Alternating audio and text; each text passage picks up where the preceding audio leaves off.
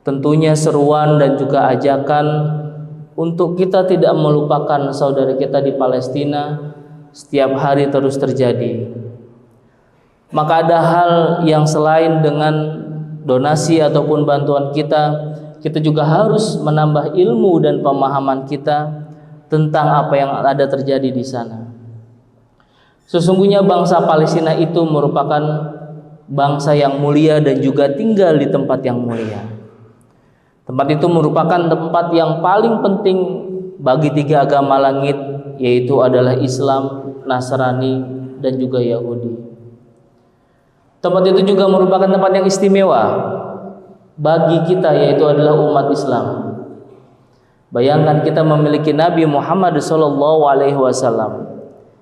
yang mampu merubah keadaan Mekah saat itu yang penuh dengan hukum rimba. Yang menang itu adalah yang kuat, yang dipandang lemah dan dipandang memiliki aib, yaitu wanita dikubur hidup-hidup. Maka itu semua dirubah oleh Nabi Muhammad SAW menjadi peradaban yang sangat tinggi. Bahkan 24 jam di dua kota itu, yaitu Mekah dan Madinah, ada tempat yang tidak pernah berhenti orang menjaga wudunya, orang menuntut ilmu, orang beribadah, yaitu mengelilingi Ka'bah di Masjidil Haram dan di Masjidil Aqsa. Ini bukti apa yang telah dilakukan oleh Nabi kita Muhammad SAW. Apabila diikuti akan berakibat ataupun melahirkan kemakmuran dan peradaban yang sangat tinggi. Bahkan sebelum beliau mendapatkan wahyu, yaitu Iqra, beliau sudah lebih dahulu mendapatkan julukan gelar Al-Amin, orang yang dipercaya. Orang Arab yang saat itu belum Islam pun sudah percaya bahwasanya apa yang disampaikan beliau adalah benar. Nabi Muhammad SAW bersabda, "An Zaid ibn Thabit qala bainama nahnu 'inda Rasulullah sallallahu alaihi wasallam." Dari sahabat Zaid ibn Thabit, ketika kami sedang bersama Rasulullah sallallahu alaihi wasallam, hina qala tuba li Syam, qultu ma balu Syam, qala al malaikah basitu li ajnahatiha ala Syam. Saat itu Zaid bin Thabit bersama Rasulullah SAW, dan Rasulullah SAW kemudian bersabda, betapa beruntungnya Syam, tentunya juga dengan orang-orang yang ada di dalamnya. Tuba itu kabar gembira, betapa beruntungnya, betapa nikmatnya Syam. Kenapa? Kemudian Rasulullah SAW melanjutkan, ajnihatul malaikah ajnihatiha, yaitu basitul malaikah ajnihatiha, malaikat merentangkan sayap-sayapnya di atas Syam. Bayangkan betapa malaikat itu makhluk yang mulia. Ketika diperintahkan oleh Allah sujud, maka malaikat akan sujud terus. Maka ketika malaikat menaungkan sayapnya, itu merupakan keberkahan dan juga kedamaian sesungguhnya yang ada di atas Syam itu. Dan kemudian yang kedua adalah Palestina merupakan bumi terpilih. Sayasirul amr ila an takunu junudan mujannadah. Suatu saat besok nanti, pasukan umat Islam itu kan pada zaman Rasulullah berada dalam satu komando. Kemudian tiba-tiba beliau menyatakan, suatu saat kamu akan terbelah, pasukan-pasukanmu akan terpecah.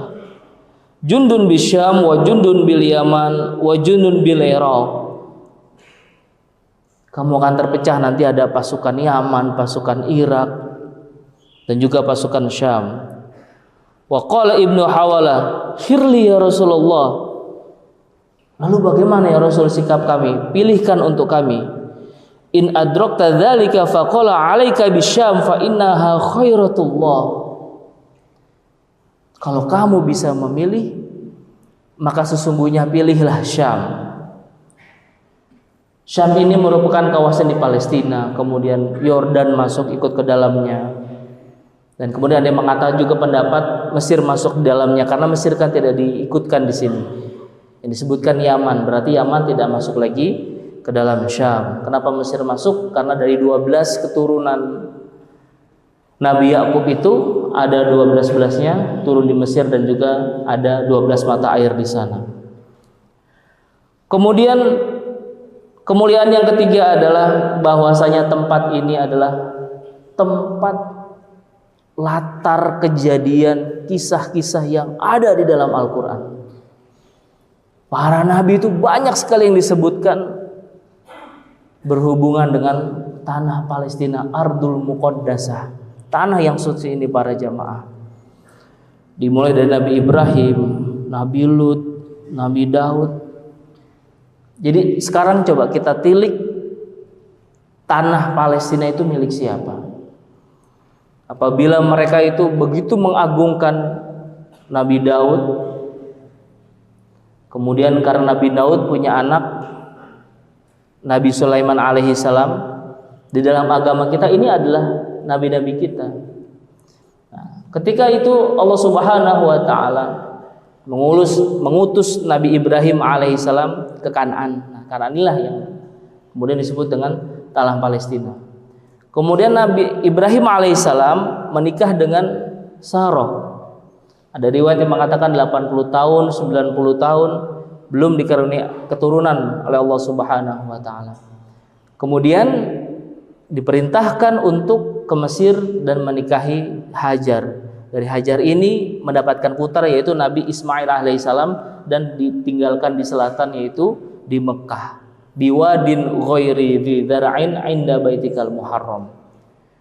Kemudian Nabi Muhammad SAW, Nabi Ibrahim alaihissalam diperintahkan untuk kembali lagi untuk menemui istri yang pertama itu Sarah.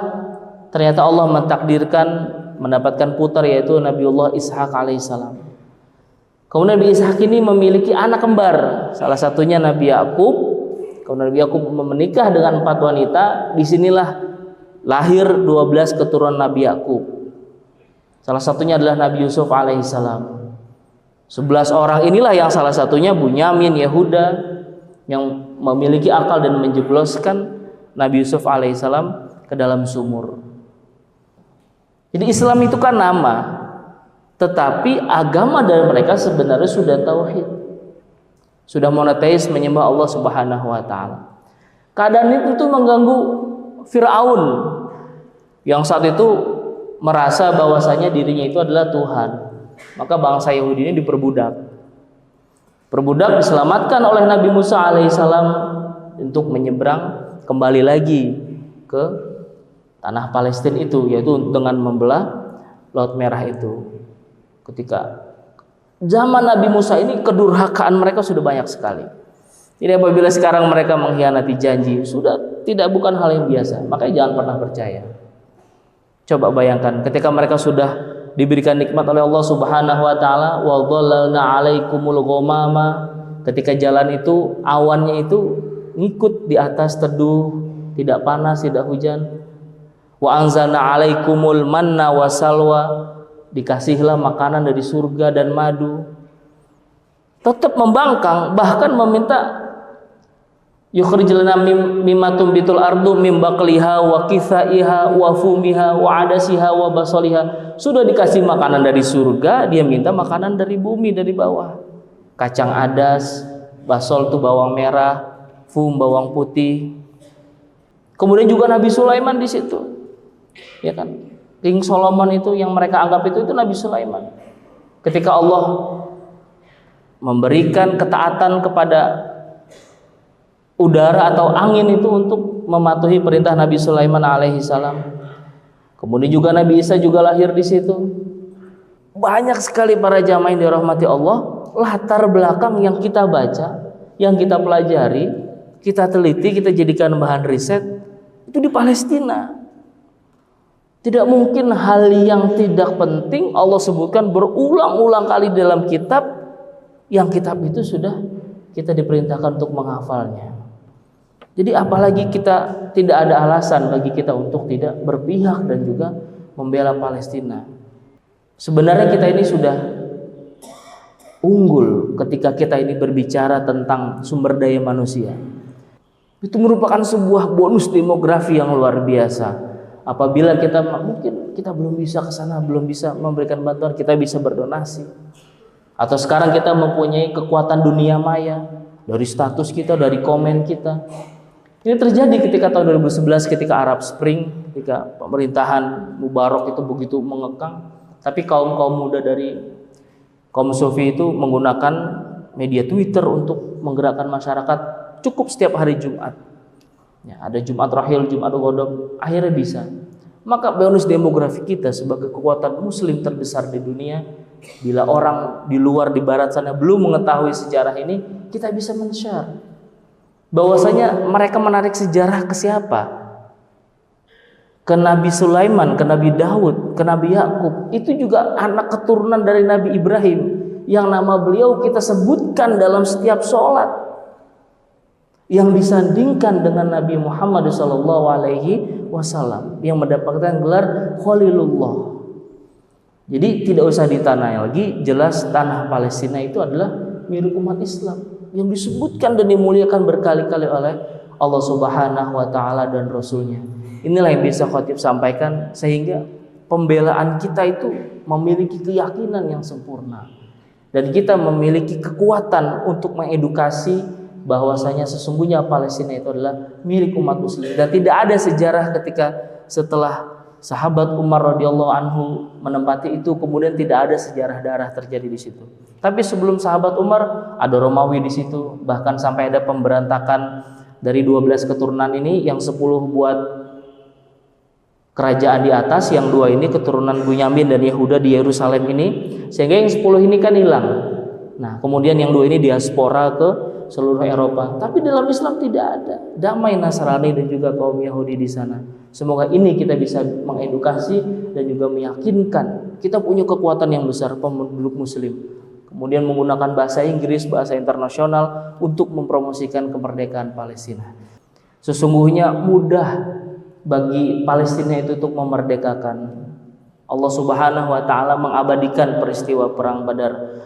Walaqad nasarakumullahu bi Badrin wa antum azillah. Allah di situ mengabadikan, Allah sudah memenangkan kalian dalam perang Badar. Saat musuh muslimin itu berkali lipat, kemudian Allah memenangkan, dan orang kafir itu melihat seperti ada pasukan tentara dari langit. Bi khamsati alafim minal malaikati munzalin. Diturunkan 5.000 malaikat. Jadi bisa. Kam min fi'atin qalilatin ghalabat fi'atan katsirah. Berapa banyak kelompok yang kecil mengalahkan kelompok yang banyak? Bisa.